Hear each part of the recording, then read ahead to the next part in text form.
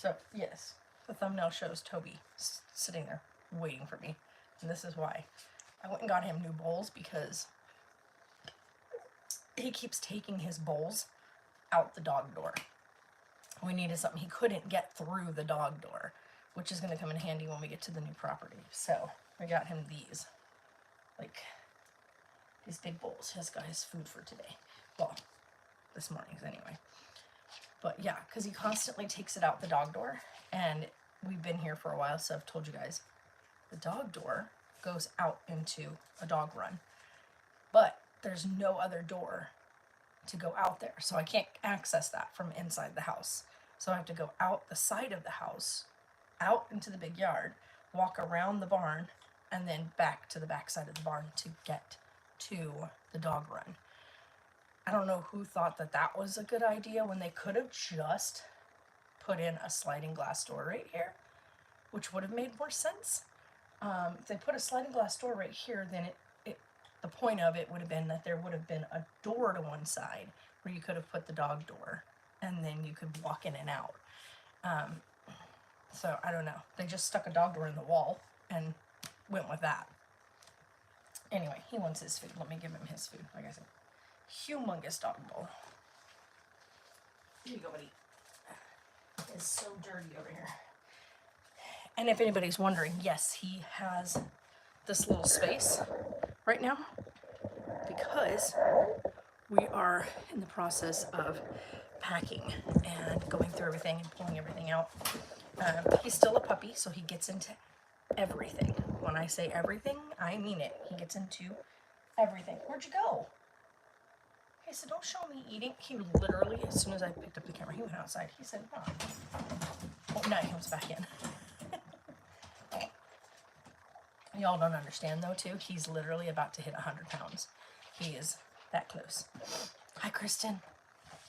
So, he's right there, real close to hitting 100 pounds, and there goes my ear again. Sarah and I are both pretty sure we both have, like, ear infections. Not exactly sure what caused it, but, like, definitely have an ear infection. So, and it's really bad. But we're preparing to move. I called the place that I got my bed from, my bedroom set from. I found a much better deal on a better setup. Like this thing, if I wanted the other nightstand, I would have to order that and pay the extra money for the shipping of it, yada, yada, yada, and whatnot. So I'm probably going to keep the mattress because I really like this mattress. So I think I'm going to keep the mattress and box spring, but I'm going to give them back the regular set, the bedroom set. It's not going to fit in the new house's bedroom. This dresser anyway. I need a tall dresser, not a long dresser. There's nowhere in that room that a long dresser is going to fit. So I'm going to let them come get the bedroom set, but I'm going to keep the bed, like the bed portion itself, like the mattress and box spring. Because there's no point in having all the other stuff right now anyway. So I'm going to do that so that I can buy the bed set that I liked that also is a much better deal. Same style, like same kind of color, but like a better fit for the room. So, oh, he's awake. I knew he'd wake up just as I started this, which is fine. Well, I'll go get him in a minute. Either that or Sarah will get up with him. She's going through a really rough go right now. I mean, she's got the ear infection. We're all feeling like Carlisle finally caught his first cold at almost 2 years old. Finally caught his very first cold going and hanging out with a couple of Sarah's friends, and then they have little ones. So he caught his first cold, which got all of us. So he caught the cold from the kids, and then Sarah and I ended up getting nailed by it. So like I'm all congested, especially like I'm really congested like in this portion of my face and into my ear. Fun. But you guys, I still cannot, like I can't explain to everybody about how it feels like to know that like I bought a house. I guess apparently somebody else thought that because you buy a house like you're in it right away, and that's not quite how it happens. You have to wait till you know, you got to do escrow. I've got an inspection coming for the house, which we're going to discuss today. We should have the inspection. I think it's supposed to be on Tuesday of next week. So Tuesday, the inspection happens. We get those results back. The appraisal was supposed to be back yesterday. We didn't hear anything, so it should be, we should have something at the information on the appraisal today, which we'll see where that puts the, like, what we've offered to what was accepted to what appraisal says. And then we can decide, like, because they want to make sure it's within like 10 grand. In that 10 grand window, so that the appraisal sits somewhere in that, like, that window. So if anybody's wondering, this is stuff I'm learning as I go. And yeah, so that's really cool. Found out the like when they say your mortgage rate, I got a really killer mortgage rate. I did not expect that, but the rates are still declining. So if it keeps on that trend at the point of closing, I will get the lowest mortgage rate that is on the trend. So at the date of closing, we go with whatever that is. So I could possibly get even lower than I'm going to be paying now. So that's really cool.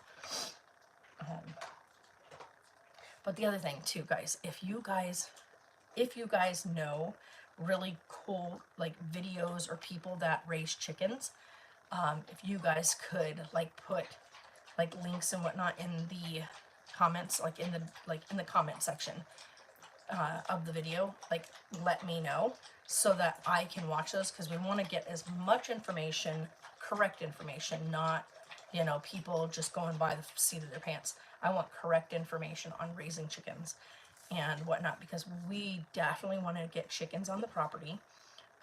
We also want to look into, like, ways to keep them safe, because where we're going to be at, there is a lot of bird of prey. We have buzzards, we have, I think they're like vultures, honestly. I'm pretty sure that they're vulture, like buzzard birds. They got big red colored heads, and they stand practically my height. They're big birds. We got hawks. And so I don't know if, like, how to go about making sure that the birds, that the chickens stay safe. I know that a lot of people do, like, bird of prey practices with their birds, but I don't know. This thing just keeps twisting even more. I don't know how well that works out, and the risk of losing chickens in the process. So I want to get, like, the best info, because we do want them to be free rein. We want them to be able to run around and do whatever. Of course, at night being locked down because, of course, the coyotes.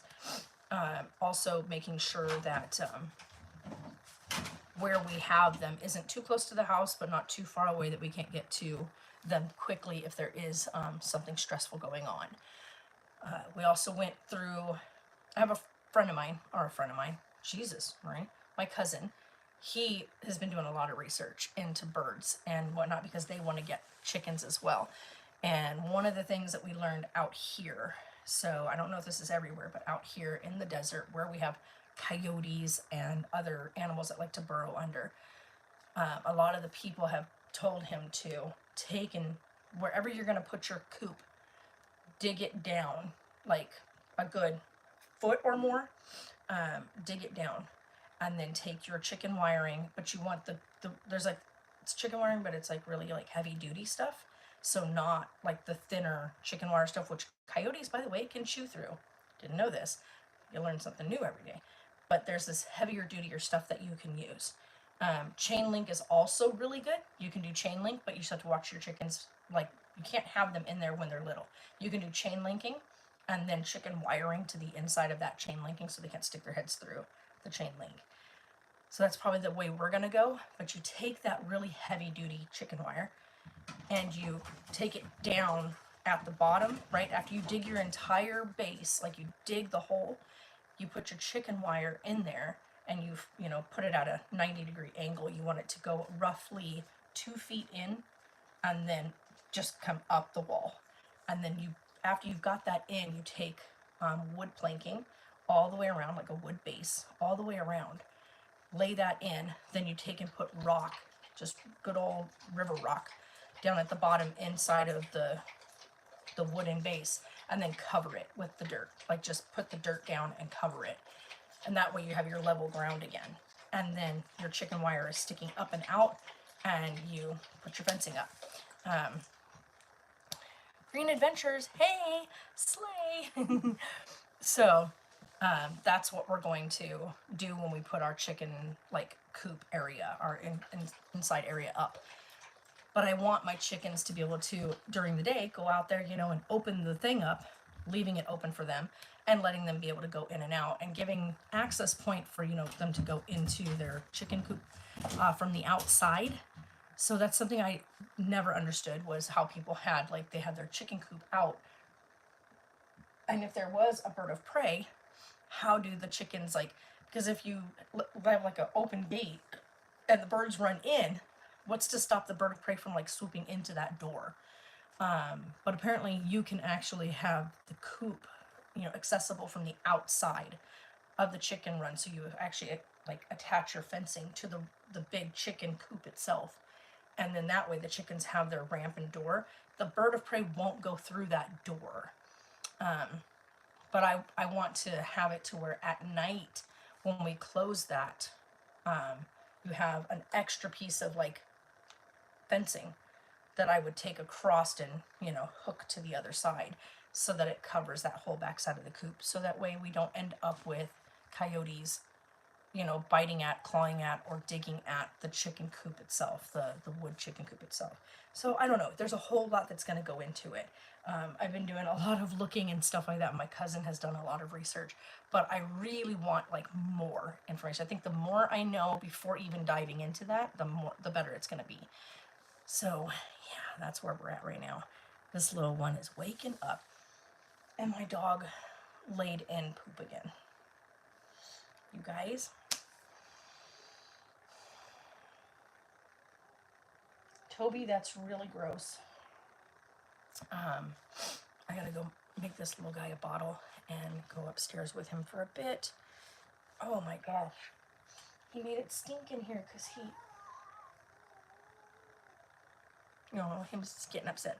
Anywho, guys, I will come back and do a live stream again, probably, I'm not going to say a specific time. Well, we'll see how things go. I'm going to go get little one, get mama up and going, see how she's feeling this morning and whatnot, and then I'll come back on so we can all hang out and talk about the move and what that means for us and how long I might be MIA depending on how soon we can get internet and everything set up out there.